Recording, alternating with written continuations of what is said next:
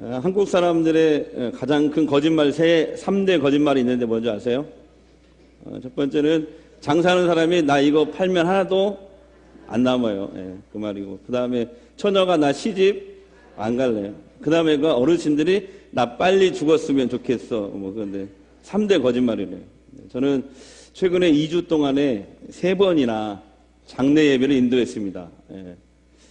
우리가 사랑하는 이 고인과 이렇게 이별하는 것은 참으로 슬픈 일이지만 언젠가 다시 우리가 천국에서 다시 만날 수 있다는 이 소망이 우리에게 얼마나 큰 위로와 큰 힘이 되는지 모르겠습니다.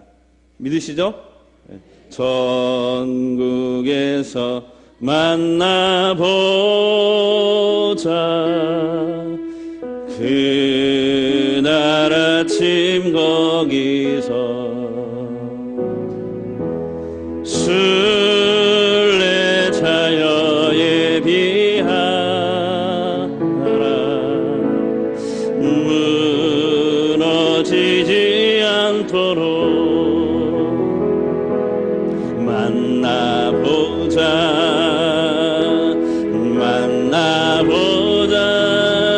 저기 정이 배는 것 정근문에서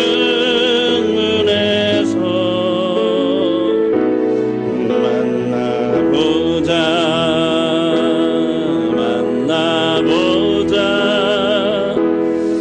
그날 아침 그 문에서 만나자.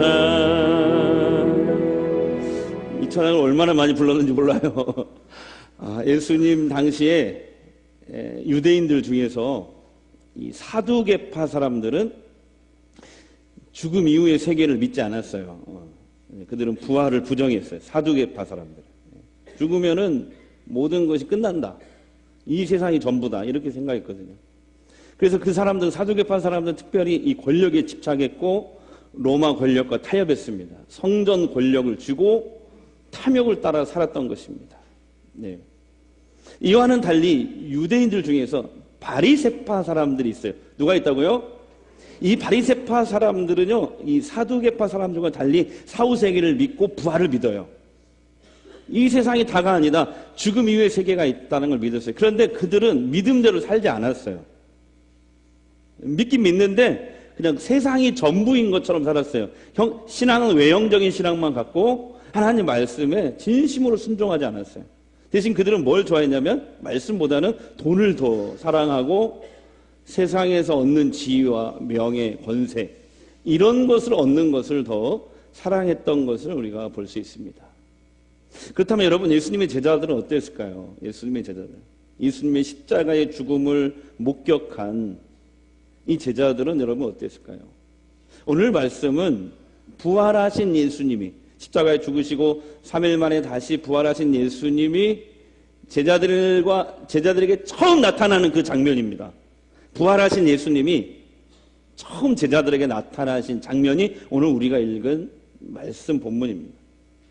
예수님이 십자가에 못 박혀 죽자 제자들은 전부 다 한 곳에 모여서 문을 걸어 잠그고 두려움에 벌벌 떨고 있었습니다.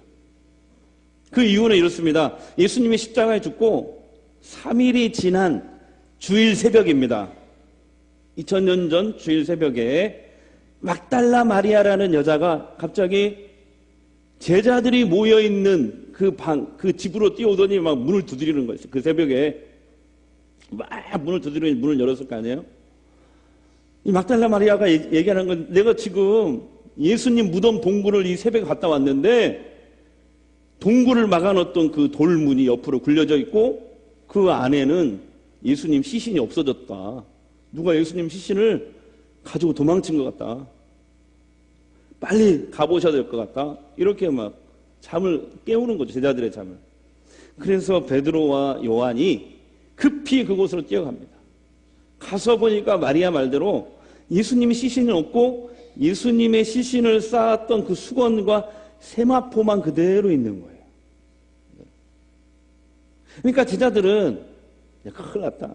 예수님 시신이 없어졌다면 저 로마 군인들이 아니면 유대 그 종교 지도자들이 우리를 제일 먼저 의심할 텐데, 그리고 우리를 찾아서 체포를 하려고 할 텐데, 그러면서 두려워 떨고 문을 더욱더 걸어 잠그고 있었던 것입니다. 두려움에 떨고 있었던 것이죠, 제자들이. 그러나 그때 부활하신 예수님은 두려움에 떨고 있는 제자들에게 나타나신 것입니다. 아니, 분명히 문을 걸어 잠궜는데, 문을 굳게 닫았는데 부활하신 예수님이 제자들이 있는 그 방 한가운데 갑자기 나타나신 거예요. 그러면서 예수님은 세 가지 선물을 들고 제자들에게 찾아오신 것입니다. 여러분, 그 세 가지 선물이 무엇일까요? 첫 번째 선물은, 예수님이 제자들에게 주시려고 했던 첫 번째 선물은 부활이었습니다. 부활. 19절 오늘 본문 말씀 한번 읽겠습니다. 19절 시작. 이날 곧 안식 후 첫날 저녁 때에 제자들이 유대인들을 두려워하여 모인 곳의 문을 닫았더니 예수께서 오사 가운데 서서 이르시되 너희에게 평강이 있을지어다. 아멘. 부활하신 예수님이 제자들에게 나타나신 거예요. 여러분, 이것은 죽음도 예수님을 이길 수 없다는 것을 보여주신 것입니다. 예수님이 이 세상의 유일한 구원자요 살아계신 하나님의 아들이심을 증명한 사건이 바로 부활 사건입니다. 부활 사건은 예수님만이 죽음 이후에 우리들에게 영생을 주실 수 있는 분임을 보여주신 사건입니다. 죽음이 끝이 아니고 영생의 길이 있다는 이 확신을 주신 거예요. 오늘날에도 많은 사람들이 죽으면 그걸로 끝나, 이렇게 얘기하는 사람들이 있습니다. 법륜 스님이라고 이렇게 불교계뿐만 아니라 우리 일반 대중에게도 잘 알려진 그 스님 있잖아요. 여러분 아시죠? 법륜 스님. 그 방송을 제가 가끔 보거든요. 증문즉설 혹시 보셨어요?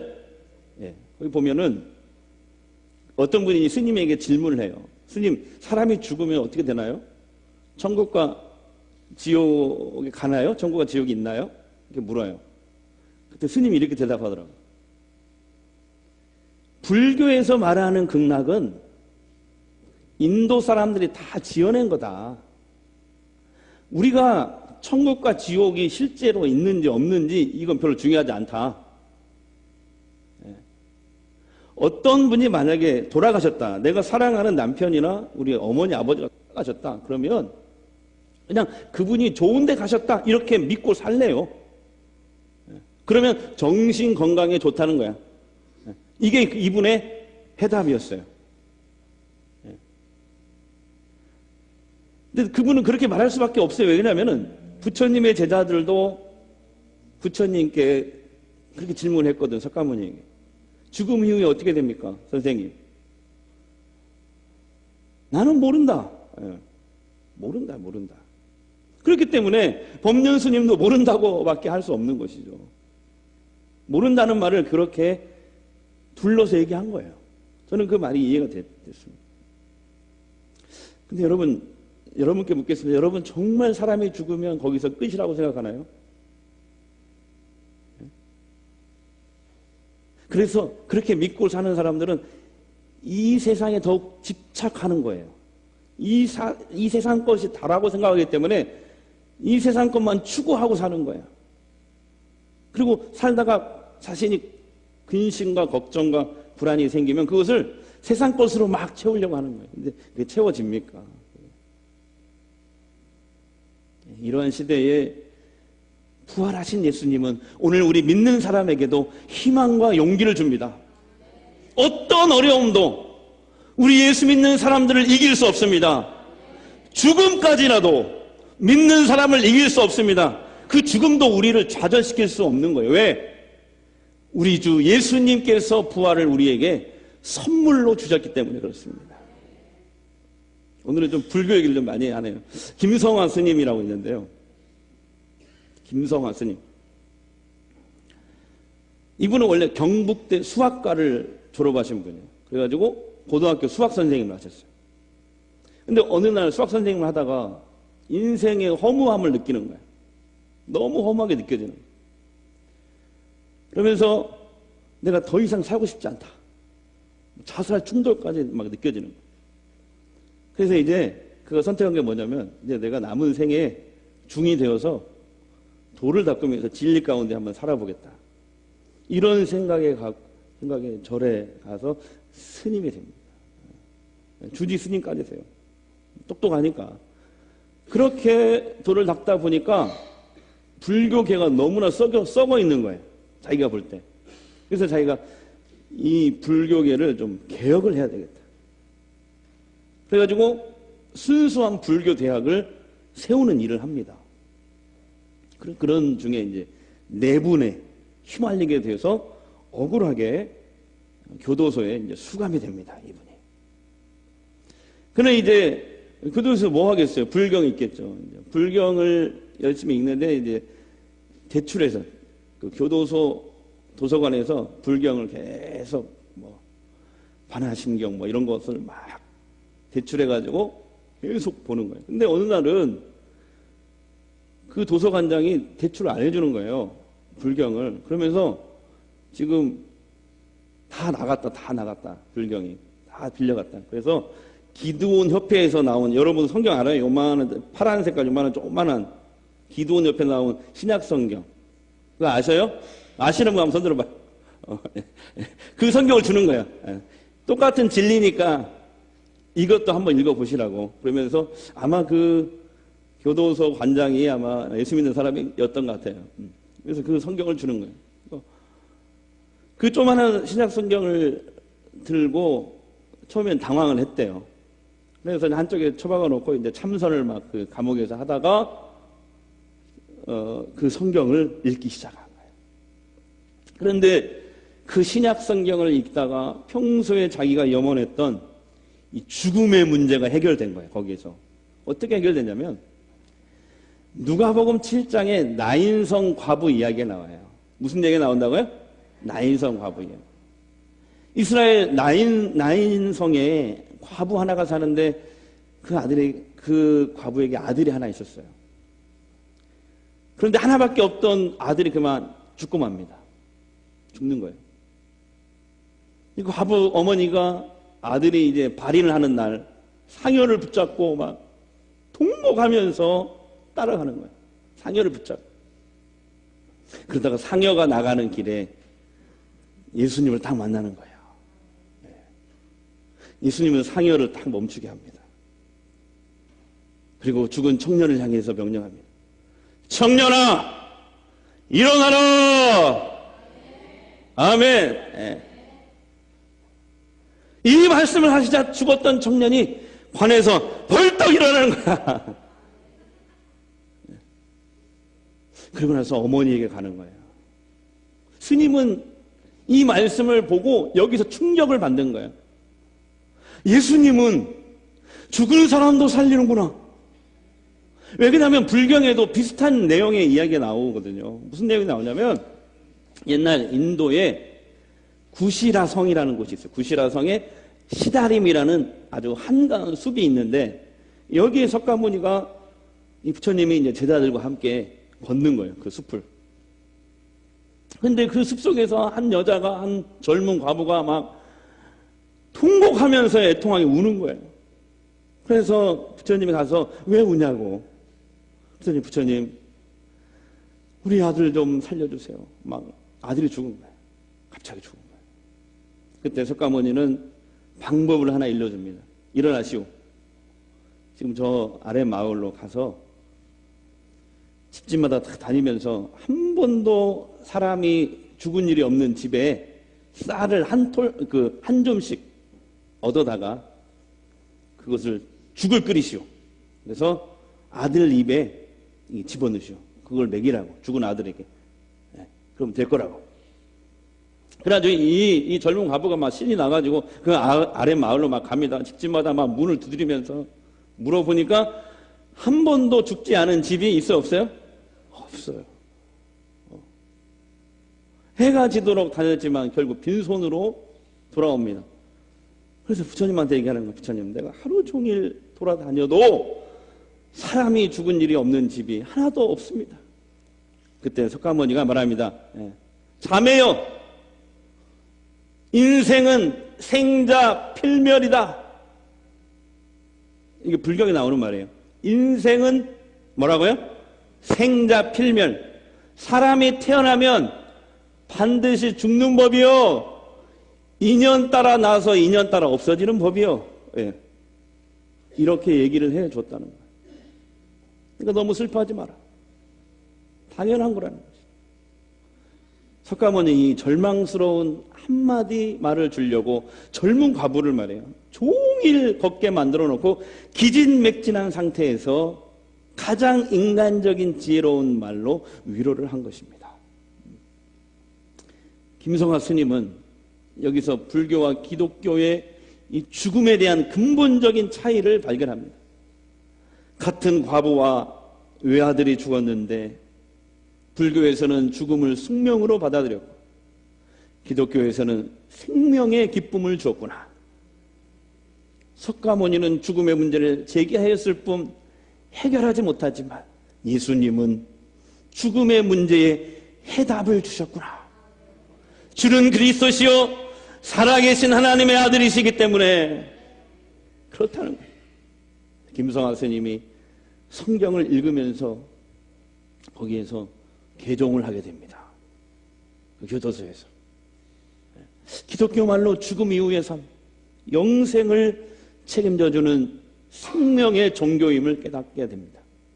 스님은 이제 출소에서도 그 교도소 선교회에 도움을 받아서 이제 신학대학에 가고 그리고 이제 목사님이 됩니다. 지금도 불교 신자들을 전도하는 일에 헌신하고 있다고 합니다. 이런 얘기가 극락의 불나방이라는 아주 오래된 책에 나와 있어요. 그 얘기가 쭉 나와요. 극락의 불나방.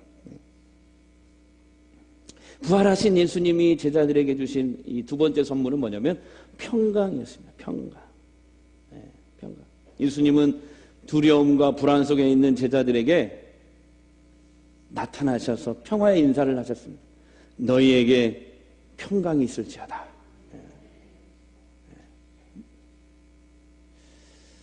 여기서 평강은요, 마음의 평화, 마음의 평온을 이야기합니다. 근데 이 평강은요, 상황이나 조건에 상관없이 항상 이 평온한 것을 얘기합니다. 세상이 주는 평화, 평온은 상황과 조건에 따라서 이게 달라지네. 우리 마음이 막 조변석게 하잖아요. 이랬다 저랬다. 근데 예수님이 선물로 주신 평강은 상황과 조건에 상관없이 평안한 거죠. 예. 여러분, 하나님을 떠난 인간이 누리는 모든 평안은 일시적이고 제한적인 것입니다. 왜냐하면 사람은 본질상 죄를 짓고 사는 죄인이거든요. 근데 죄인은 하나님의 심판을 받게 돼 있어요. 죽으면. 사람의 죽는 것은 하나님이 정하신 것이 그 뒤에는 뭐가 있다? 심판이. 심판을 받고 그 죄 문제를 해결받지 않은 사람은 아무리 작은 죄라도 그 죄 때문에 지옥 형벌을 받게 된다고 성경에 나와 있어요. 그러니까 사람은 본질상 진노의 자녀예요. 죄인이에요. 그렇기 때문에 이 땅에서 어떤 사람이 겉으로 볼 때는 평화롭고 뭐 그렇게 보일지 몰라도 그 사람이 하나님을 떠나 산다면 그 사람은 본질적으로는 하나님의 심판 아래 놓여 있는 사람입니다. 죽는 날 그는 하나님의 심판을 받게 되는 것이죠. 하나님의 형벌을 피할 수가 없게 되는 것이죠. 그러나 예수님은 이러한 우리들의 죄를 대신 짊어지고 십자가 위에서 대신 형벌을 받으신 것입니다. 예수님은 십자가 위에서 우리를 대신 죽으심으로 하나님과 이 원수되었던 관계를 다시 회복시켜 놓은 줄 믿습니다. 여러분, 예수 믿으면 주님이 세상이 줄 수 없는 마음의 평강을 주십니다. 요한복음 14장 27절 우리 큰 소리로 한번 읽겠습니다. 시작. 예수님의 말씀입니다. 평안을 너희에게 끼치노니 곧 나의 평안을 너희에게 주노라. 내가 너희에게 주는 것은 세상이 주는 것과 같지 아니하니라. 너희는 마음에 근심하지도 말라. 두려워하지도 말라. 아멘. 오늘날 많은 사람들이 마음의 평강을 얻기 위해서 나름대로 인간적으로 노력합니다. 세상적으로 노력하면 요가도 해보고 마음 수련도 해보고 템플 스테이도 해보고 무당도 찾아가보고. 근데 안 돼요. 일시적이에요. 제한적이 안 돼요. 그거 갖고 안 돼요. 그러나 사람은 예수님을 통해서 하나님과의 관계가 회복되면 바로 주님이 우리에게 평강을 주십니다. 물론 여러분, 부활하신 예수님을 만나면 우리의 상황이 금방 역전되거나 막 돈이 막 하늘에서 떨어지거나 그러진 않아요. 그러진 않습니다. 조건과 상황이 금방 확 바뀌지는 않아요. 부활하신 예수님을 만나도. 그러나 분명한 것은 뭐냐면, 부활하신 주님을 만나면 하늘로부터 평강이 우리에게 임합니다. 하늘로부터 평강이 우리에게 임하는 거예요. 분명한 거예요. 예수님이 주시는, 선물로 주시는 평강만이 우리를 세상의 모든 불안과 두려움, 죽음의 공포로부터 우리를 자유롭게 하는 것입니다. 마지막 부활하신 예수님이 세 번째로 주신 선물은 성령입니다. 성령. 자, 21절, 22절 본문 말씀 크게 읽겠습니다. 시작. 예수께서 또 이르시되 너희에게 평강이 있을지 아버지께서 나를 보내신 것 같이 나도 너희를 보낸다. 이 말씀을 하시고 그들을 향하사 숨을 내쉬며 이르시되 성령을 받으라. 부활하신 주님이 제자들에게 숨을 내쉬며 뭐라고 했다고요? 성령을 받으라. 아멘. 여기서 숨을 내쉬다라는 말이 굉장히 중요한 말이에요. 성령을 주시면서, 선물로 주시면서 숨을 내셨다 이렇게 되어 있거든요. 숨을 내셨다는 말이 이게 세 가지 뜻이 있어요. 생기를 불어넣다. 에스겔 말씀에 보면 마른 뼈에 골짜기 환상 있잖아요. 거기서 마른 뼈 같은 이스라엘 백성들에게 하나님이 생기를 불어넣으니 그것이 군대가 되었다. 그때 생기를 불어넣었다. 이게 숨을 내쉬다 첫 번째 뜻이에요. 그 다음에 새롭게 창조하다. 세 번째, 회복시키다. 숨을 불어넣었다가 뭐라고요? 첫 번째는 생기를 불어넣었다. 하나님이 생기를 불어넣었다. 두 번째, 새롭게 창조하다. 그 다음에 회복시키다 이 뜻이에요. 그러니까 부활하신 예수님은 제자들에게 성령을 선물로 주시면서, 성령을 주신 이유가 뭐예요? 그들을 지금 두려움 가운데 떨고 있는, 문을 닫고 두려움 가운데 떨고 있는 이 제자들에게, 그 제자들을 새롭게 창조하시고 생기를 불어넣으시고 그들을 회복시키기 위해서 이 성령을 그들에게 선물로 주신 거예요. 그러므로 여러분, 성령 충만함을 사모하시기 바랍니다. 성령을 받으시고 성령 충만함을 사모하십시오. 여러분, 성령 충만하면요, 개인이든지 교회든지 반드시 새 창조가 일어납니다. 회복의 역사가 일어납니다. 마른 뼈와 같은 우리들이 소생되는 역사가 일어나는 거예요. 이게 성령 충만의 역사예요. 예수님은 오늘 우리 모든 제자들뿐만 아니라 우리 예수 믿는 모든 사람들에게 성령을 주시겠다고 약속하셨어요. 믿는 사람들에게. 사도행전 2장 38절 읽겠습니다. 베드로가 이르되 너희가 회개하여 아까 예수 그리스도의 이름으로 세례를 받고 죄사함을 받아 그리하면 성령의 선물을 받으리니. 아멘. 믿는 순간에 하나님이 성령으로 우리 마음 가운데 들어오십니다. 믿으십니까?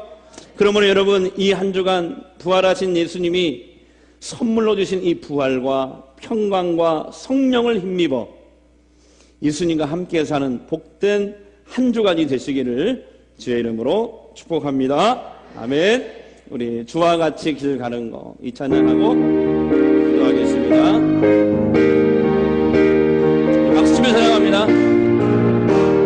주와 같이 길 가는 것 즐거운 일만 우리 주와 우리 주님과 같이 발자취를 걷겠네. 한 걸음 한 걸음 주와 날 뻔 날마다